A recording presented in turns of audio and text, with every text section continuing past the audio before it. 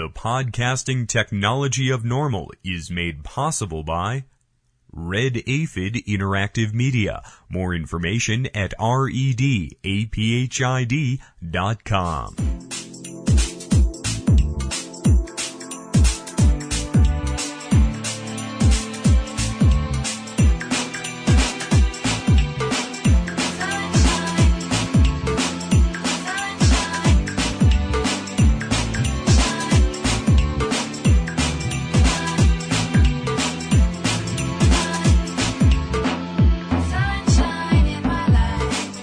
And distributed by the National Organization for the Reform of Marijuana Laws in Washington, D.C.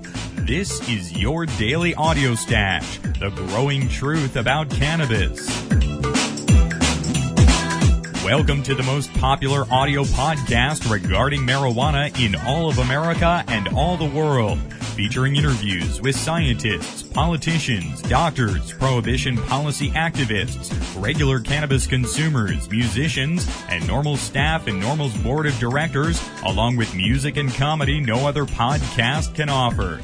You can always find out more about the show at our website, NORMLAudiostash.com. We're ending marijuana prohibition with education, one listener at a time.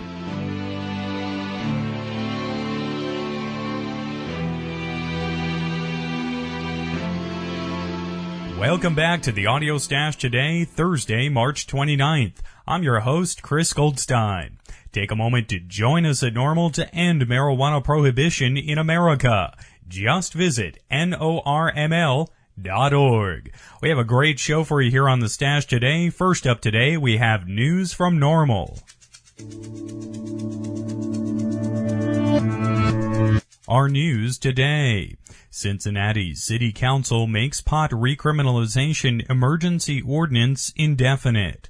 Members of the Cincinnati City Council voted 7-2 this week to make a provisional ordinance criminalizing minor marijuana possession offenses, quote, indefinite, close quote, despite the law's apparent failure to show a demonstrable reduction in serious crime or so-called drug tourism.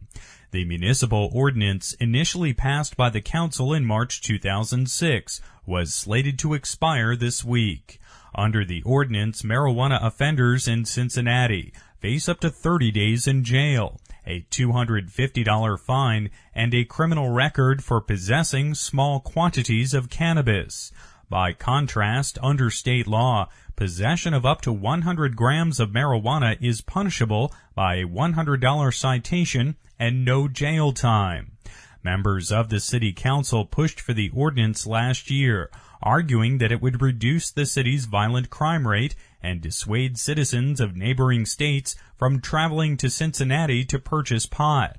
However, according to crime statistics published last week in the Cincinnati Beacon blog, the number of murders, rapes, burglaries, and robberies in the city has increased since the passage of last year's ordinance. In addition, the percentage of non-Ohio citizens cited under the ordinance remained virtually unchanged from 2005 to 2006.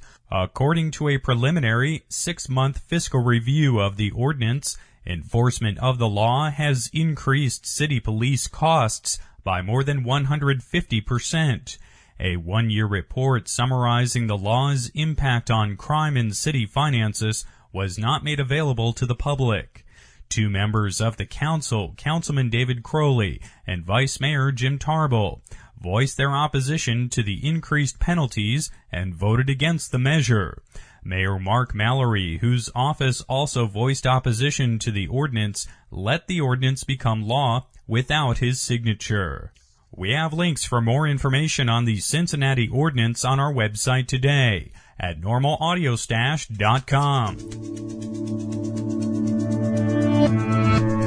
Lynn Wilson is a marijuana reform activist in Cincinnati who's covered the reform effort on her radio programs and website at Hemp Rock Radio, and they can be found online at hemprock.com.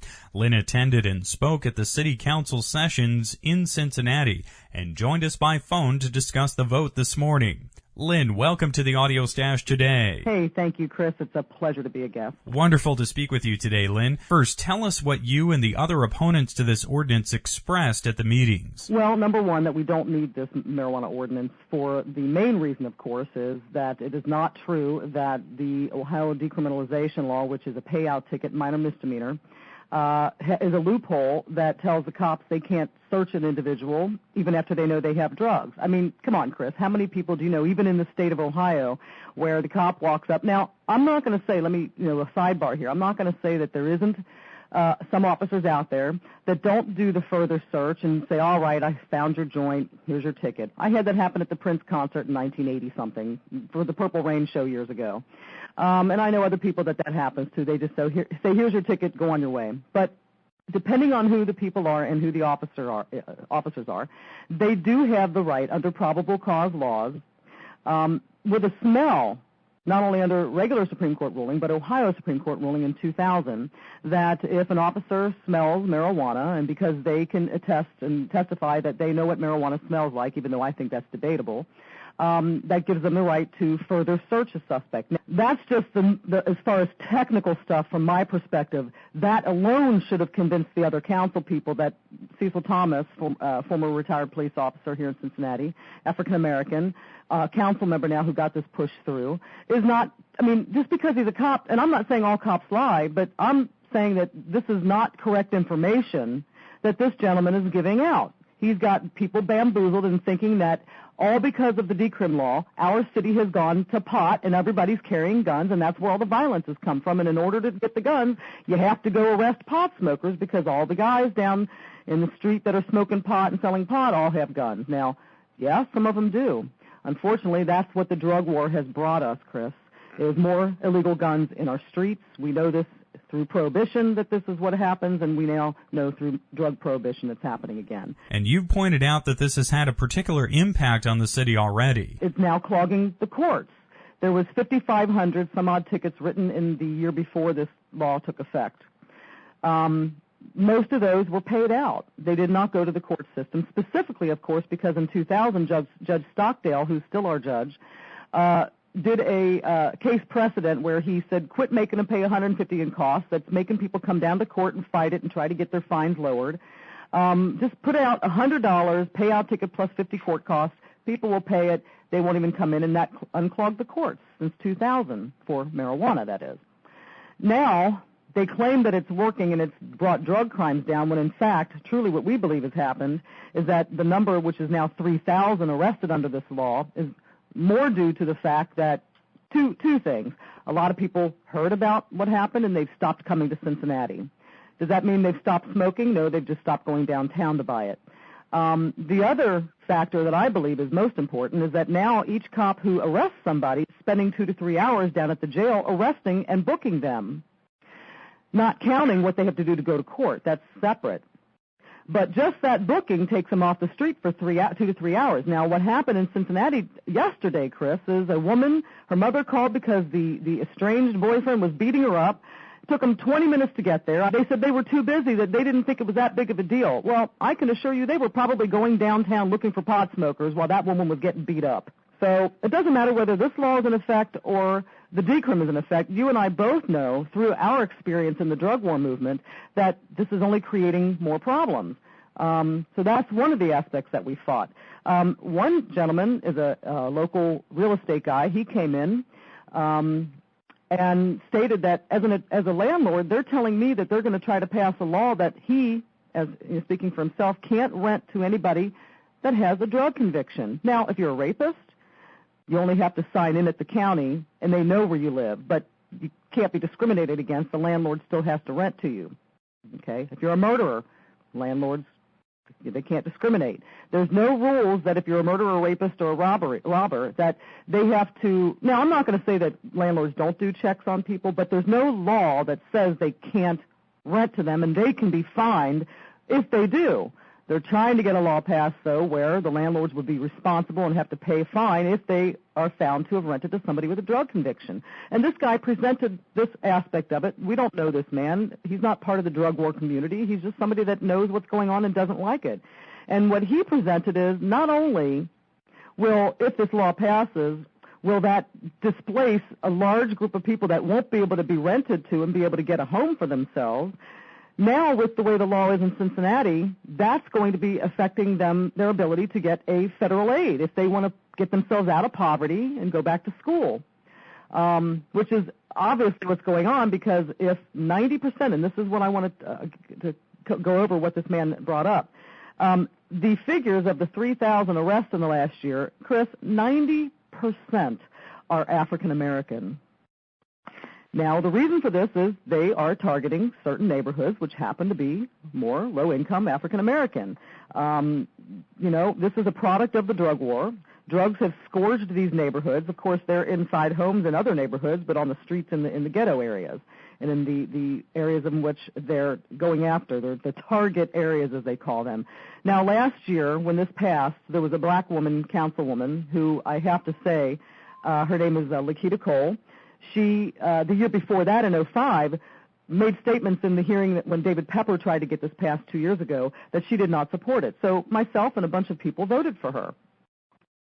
Last year, she showed support for it, and I sent a kid from our Students for Sensible Drug Policy down to speak to her, to let her know, because everybody was taking different positions, and Todd went down and tried to explain to her, look, you're going against the voters who put you here, that helped put you in office, and her attitude was strictly racism. She not only stated it to him, and he tried to explain to her that's not what he meant. She stated this, and you can hear this in the file on Hemprock's radio page, where the little links are for the files of last year's comments from the council.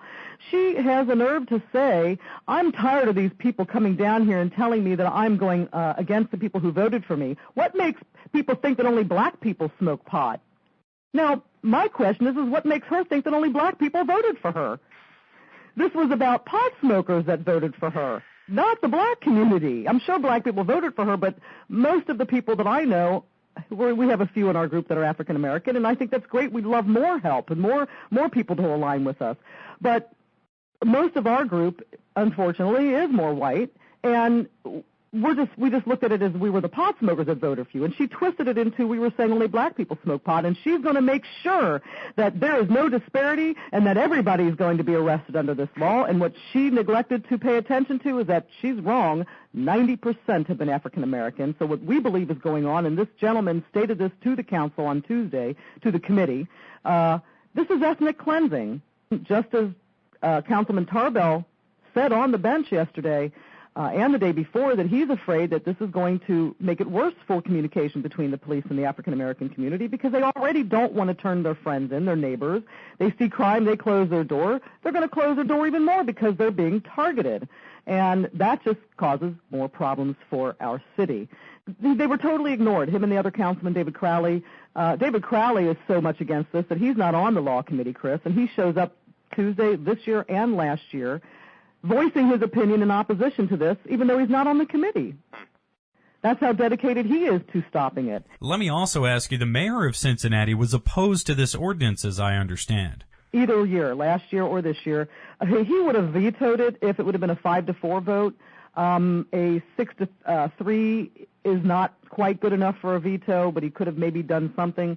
But with a 7-2 vote, that is not in the rules. He cannot do a veto. His only option is to not sign it and put his voice in there to say, I don't support this, and he does not. Matter of fact, some of the options that we have, which one is getting a 30-day petition together where we have to have at least 7,000 legitimate voter registrations, people who are registered to vote, signatures, and do a repeal of the law. Our ordinance, our rules are we have 30 days from, including today on out, to gather those signatures. And the Citizens for Safer Cincinnati, myself, and an umbrella of organizations that we're calling the Coalition Against the Marijuana Ordinance, which, unbeknownst to me, spelled CAMO. So that's a loose term we're using just to show that there's many groups here that are working on this. Our plan is to do the petition drive, and at the same time, another potential is to get a charter amendment put on the ballot, which we could get a law passed, provided that the voters support us on this, that the city cannot put any more harsher penalties against marijuana here that, other than what the state has. So that's an option. These are ideas that were told to us by the mayor's office. And they're working with us and going to help us figure out how to get this thing to happen. So they are totally against this. They know it's a waste of time. They know it's a waste of not only the tax dollars, it's hurting people, clogging our courts, and they are totally oblivious to that. The comments they made are not only ludicrous, they don't even make sense.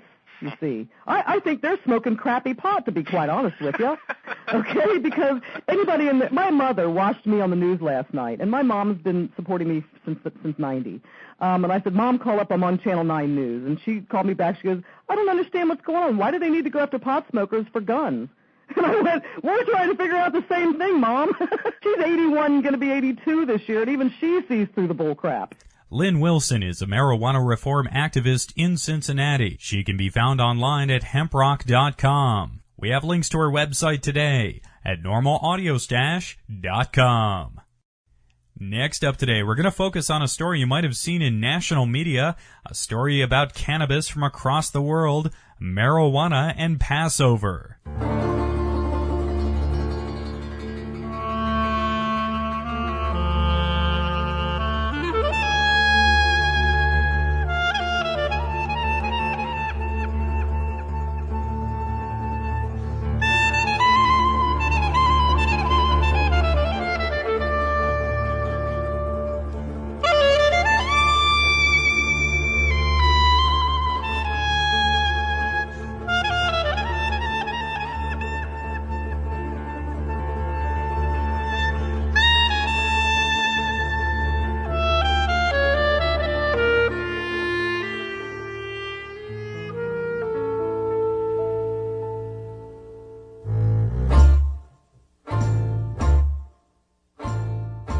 Here's the story. Pro-marijuana party in Israel says pot is not kosher for Passover. The Greenleaf Party, a small but generally popular political party in Israel, asked religious members of their party to abstain from hemp foods and smokable marijuana during their observance of Passover this year. Religious Jews observe Passover by cleaning out certain items or isolating items in their home and abstaining from specific foods. Jewish biblical laws prohibit eating leavened foods during Passover. People are familiar with the tradition of replacing bread with flat crackers called matzah, but later injunctions by European rabbis extended those rules to forbid other foods like beans and corn. And more recent rulings have further expanded that ban to include hemp seeds and marijuana. Some rabbis say that hemp fits into the same category, which includes beans, and is forbidden by most Ashkenazi Jewish religious authorities during Passover. Some rabbis said that view of hemp extends to marijuana. Israel's relationship with cannabis predates even biblical times, and it's very widely used today, both recreationally and for self-medication. Delta-9 THC, the psychoactive chemical in marijuana, was first isolated by Raphael Mechoulam at the Weizmann Institute in Israel in 1964. Marijuana is illegal on paper in Israel, and the Greenleaf Party advocates for legal reform based on the biblical references to cannabis. The Greenleaf Party polled a number of rabbis before they issued an edict last week, asking their religious supporters to abstain from eating hemp products or smoking marijuana during Passover observations. The party also alluded to the fact that if marijuana was deemed by rabbis as not kosher during Passover, then it could be understood as being kosher the rest of the year. The term kosher refers to foods that are ritually pure under ceremonial and dietary religious law. But not all observant Jews need to sweep out their pot. The rabbinic injunctions banning hemp were never adopted by Sephardic Jews, who come from countries in the Middle East, North Africa, and parts of Spain, which means there's no reason that they can't keep smoking marijuana. Joining us today to explore this fascinating topic further is Michelle Levine from the Greenleaf Party of Israel. She joined us by phone from Tel Aviv this afternoon. Michelle, welcome to the Audio Stash today. Thank you. It's wonderful to speak with you today, Michelle. Thanks again for taking time to join us on a very busy evening there. So tell us how this topic of cannabis and Passover came about. I am acquainted with a journalist. I'm in the environmental movement here in Israel, Actually, I work for a very important organization called the Society for the Protection of Nature in Israel. And so I know all the journalists because I'm doing publicity work all the time. And she called me because she had read on a website, kashrut.com, that hemp is listed as kitniot, which is known in English as legumes. And legumes are not kosher for Passover. So she wanted to know what was our take on this, that if hemp was not kosher for Passover, and if cannabis by association was not kosher for Passover, would we be willing to take a stand and say that we would boycott it on Passover and tell our people to beware of the fact that it might not be kosher? And as far as we're concerned, we're not rabbis, and we don't want to take any rabbinical stance, and we don't want to make any rabbinical judgments. You know, those kind of things are for the rabbis to decide.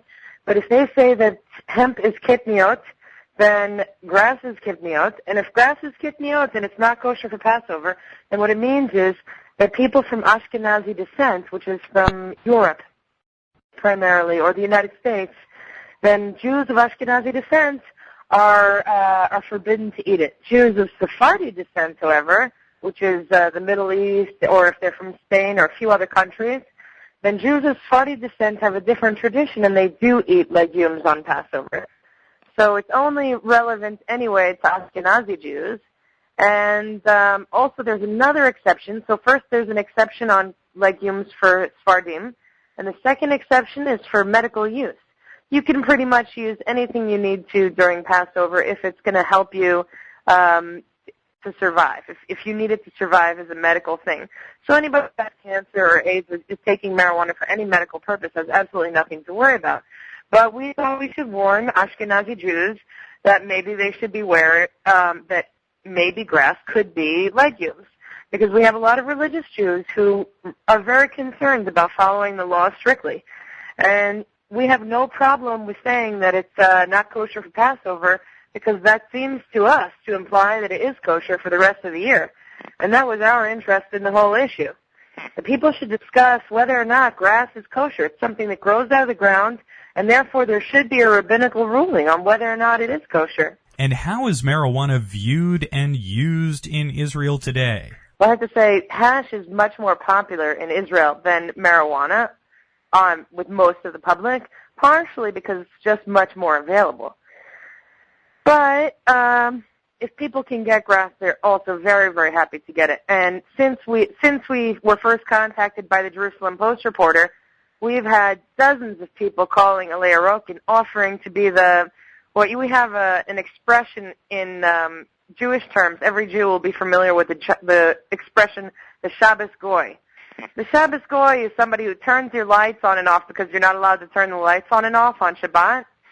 And they know that you want the light off, so they turn it off. And they're not Jewish, so it doesn't matter. They don't have to follow the law. And so many people who either aren't Jewish or are Sephardi have called the Leirok saying, we're happy to be the Shabbos Goy and buy all the chametz. You know, if you have a problem with your marijuana, we'd like to take it off your hands. And of course, each person thinks they're being original, and it is funny. You know, it is funny. I don't think anybody wants to part with their, cannabis, really. And the other thing is that the rule about legumes is that you don't have to get rid of them, whereas bread, anything associated with bread, you have to actually remove from your home and sell it, either throw it away or sell it. And then after Passover is over, you can buy it back from the non-Jew that you sold it to. But with legumes, you can actually just put it in a drawer of your house and tape up that drawer and not open it for the whole week. So it's much more lenient in any case, and you don't really have to get rid of it. But still, it is funny, and the whole issue is funny. And I have to say that every time we get press here in Israel, it's usually an opportunity for the media to laugh at us, because it's entertaining to the public that there exists a political party that's main issue is the legalization of marijuana. While there might be this lighthearted attitude towards the Greenleaf Party, your message is very serious, and it's based in the Bible, and the relationship of Jews with cannabis really goes back to biblical times. That's right. Where it comes from the Bible is actually in the Torah. It talks about the Kohanim, the Kohen priests, who, when they approached the ark, would put something called knebosim, oil of knebosim on their heads. And there are many, many rabbinical arguments that knebosim, of course, is cannabis. And so we were not really going against the rabbis or taking any drastic step to say that cannabis is listed in the Torah, and it also says in the Torah that God put the plants and the animals here for man's use. And then it goes on in the Torah to say which things are explicitly forbidden, and cannabis is not among them. So the only thing we're left to conclude is that cannabis is permissible. And not only permissible, but there are many, many stories of cannabis being used at different points in time in Jewish history. And so I think it's very likely that the ancient Jews were using cannabis. And also the modern religious Jews are using cannabis today. The ones that you consider the ultra-Orthodox or Hasidic in the United States, in Israel are referred to as Haredim. And the Haredim are smoking grass much more than the secular people. I mean, you wouldn't believe it, but you walk into the Haredi community and you'll smell marijuana everywhere. Huh. And I think it's because the ultra-Orthodox Jews are aware that it's actually permissible according to Jewish tradition.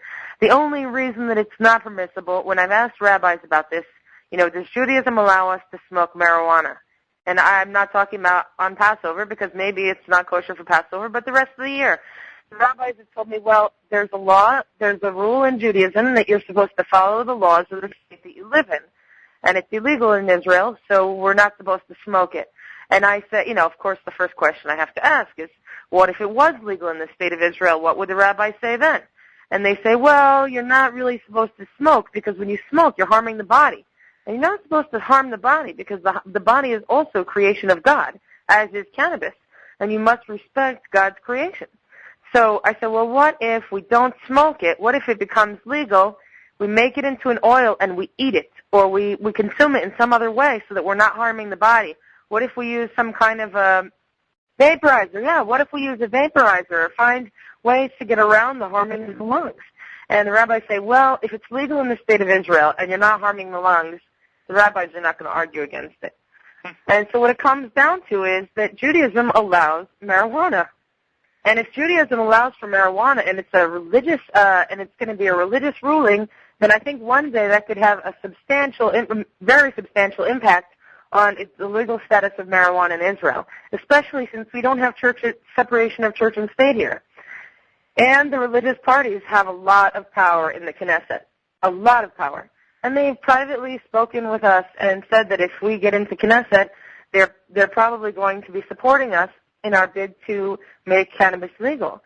So I think that we have a lot of respect for the rabbis and a lot of respect for the religious people, and we feel that they're on our side. Also, too, Michelle, in modern times, Israel has had this incredible relationship with cannabis. Delta-9 THC first isolated by scientists there, and there's currently a lot of scientific research being done on marijuana and its component cannabinoids. So, do you think that the science being produced in Israel is something that will help public opinion about marijuana in general? No, and I would say, it's absurd because you're absolutely right that some very important marijuana research is happening here, or I guess, as Dr. Raphael Meshulam would say, his research is specifically in cannabinoids. So, it's a derivative or something. It's not directly cannabis. But, of course, it is cannabis. Whatever the scientists want to say in order to keep their grant money. Right? And I had the unbelievable opportunity of meeting Dr. Meshulam recently when Dr. Grinspoon came to Israel to speak at our conference last October. It was the first joint Arab-Israeli conference for marijuana policy and peace. And it was really exciting because not only did Dr. Lesser Grinspoon come to Israel for the conference, but also Dr. Rick Dublin came, and we had Arab and Israeli speakers, and it was unbelievable. But yet, even though we have incredibly successful events, I would say the public is still fairly oblivious to the medical marijuana research that's going on here, and to what kind of medical problems that cannabis can help with. For example, in the U.S., I think most of the public knows that it's good at least for cancer and AIDS. Here, that surprises the average person in the public when they find that out. We're at a more basic level in terms of public awareness campaign than you are in the United States, partially because of the success of organizations like NORML. I think you've had tremendous success with the public in the U.S. and in North America, and we need to get up to that stage, because once the public understands how helpful it is to so many people with so many different illnesses, then I think we'll have people more willing. As it is now, the average Israeli citizen who's against legalization, and there are a lot of people who are against legalization, they say, you have no idea, because I'm a new immigrant and I've lived in Israel for 6 years. You have no idea how the Israeli culture is. The Israelis love to exaggerate with everything. They'll do too much. They'll be smoking every day, all day long, 24 hours a day. You can't imagine how it's going to be until you see it, Michelle. You're so naive because you just love the Israeli people, and I say, when people ask me, why do I live here? Why would I want to live here? I say, well, I love the honesty and the frankness of people. In the United States, people always told me I was too blunt and not diplomatic enough. And in Israel, I'm considered very polite, And it's so funny because, I can't imagine someone in the U.S. considering me polite or diplomatic. But I say what I think all the time. And, in Israel, I'm still somehow, reserved. And the people here really say what's on their mind all the time. And I find it very refreshing and very real. But, people say, so you're so new and in love with the country that you don't realize people here will just go crazy with it. And I really don't think that's true. And I think that they're assuming the worst case scenario. And actually we have less of a problem with alcohol than they have in the U.S. So I think that, people are afraid because there's less public awareness of all the things. Like also, less people here have been to Holland, even though Israelis are far more traveled than Americans. I think something like 6% of Americans even possess a passport, which is terrible. I don't understand why Americans don't want to travel more, but you do have a lot of traveling in the U.S., and it's a beautiful country, and it is extremely different from California to New Jersey. Extremely different. So you have so much traveling to do just in the U.S., it's true, but I still, Americans have the money to travel abroad, and they're not doing it. Israelis have less funds, and yet they manage to get all over the world. And so they are well-traveled, but I think that less people have been to Holland, and when they go to foreign countries, English is not their mother tongue, and so they pick up on less things than Americans would pick up on if when they're abroad, And I think one of the things that Israelis fail to appreciate when they're in Holland is that they don't notice that the people in the cafes are never Dutch. The Dutch people themselves are not big stoners at all, right? Have you been to Holland? How often do you meet a Dutch person in a cafe? I went to the Cafe Amnesia because a friend of mine in Tucson, Arizona had been one of the owners at one point in time. Who's working behind the counter? An Israeli guy. We immediately start speaking in Hebrew. And he tells me, oh, you wouldn't believe how many Israelis are living in Amsterdam. I would believe it. I absolutely would believe it. And especially because many of the alternative left-wing population in Israel are disillusioned with the Israeli government. They feel that the Israeli government is not treating the Palestinians well, and they don't want to live in such a country.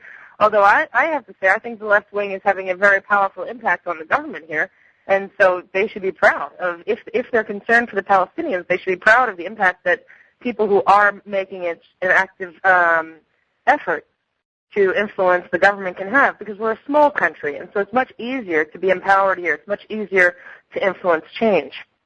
It's much easier to get into the newspaper, and when you are in the newspaper and when you are in the public eye, the government is watching and the public is watching. So something like this, that we got the opportunity to tell the world about whether or not cannabis is kosher for Pesach, really brings up the issue of the kashrut of cannabis, and it really brings up the issue of cannabis in Israel. And it's good for people to be talking about it, because once they're talking about it, they can't help but learn more.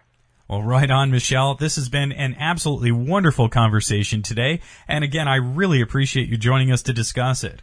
Thank you. I want to congratulate you and everything that NORML is doing. You inspire us and you give us hope to carry on the torch, even when it seems like we're not making much progress. Oh, thank you again, Michelle. Have a nice day, Chris. Michelle Levine is with the Greenleaf Party in Israel. She joined us by phone from Tel Aviv this afternoon. We have links to the Greenleaf Party on our website today at normalaudiostash.com.